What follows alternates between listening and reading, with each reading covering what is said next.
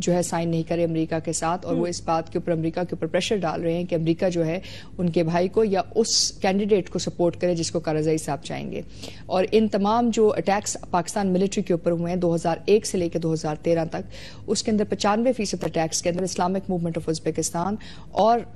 جو ہے وہ ایلیمنٹس افغان انٹیلیجنس کے, کچھ ان میں سے بلگرام بیس میں پہلے جو ہے تیار ہوتے رہے ہیں, اور اس کے بعد جو ہے افغان انٹیلیجنس جو ہے ان کو باقاعدہ جو ہے ٹرین کرتی رہی ہے. اس لیے اس وقت جو آپ پہ اٹیکس ہیں یہ نظریاتی اٹیکس نہیں ہیں, یہ ایک عسکری آپ کے اوپر جلگار کی گئی ہے جو اس بات کی عکاسی کرتی ہے کہ وہ چاہتے ہیں کہ کسی طرح جنگ کا جو مرکز ہے آپ کی طرف شفٹ کیا جائے. 2009 سے 2013 تک آپ نے 6000 سے زائد جو ہے ملٹری آپریشنز کیے ہیں اپنے ٹرائبل ایریاز میں تاکہ اس ایریا کو کلیئر کیا جائے. اب آپ کے پاس صورتحال ایسی ہے کہ 93% علاقہ جو ہے 93% علاقہ آپ نے صاف کر لیا ہے, اور صرف جو شمالی وزیرستان کی جو آپ کی بلند اور بالا جو اس کے اندر جو علاقہ جات تھے وہ رہ گئے تھے, اور اس کے اوپر سے وہاں مختلف قسم کے آپریشنز اور جو اسٹرانگ ہولڈز تھے اس کے اندر 0 پوائنٹ کے اوپر یعنی کہ جو آپ کی سرحد کے اوپر واقع تھے اس کے اوپر ان کو سپورٹ بھی مل رہی تھی افغانستان کی طرف سے, اور ساتھ ساتھ ویپنز اینڈ ٹریننگ, اور یہ جو نئے جو شدت پسند تھے یہ بھی اندر آ رہے تھے. اس وقت جو آپ نے اٹیکس کیے ہیں وہ بیسکلی آپ نے اس لائن کو سیکیور کیا ہے, یعنی ایریل اٹیکس کیے, وہ گراؤنڈ اٹیکس ہو نہیں سکتے تھے. یہ وجہ ہے جو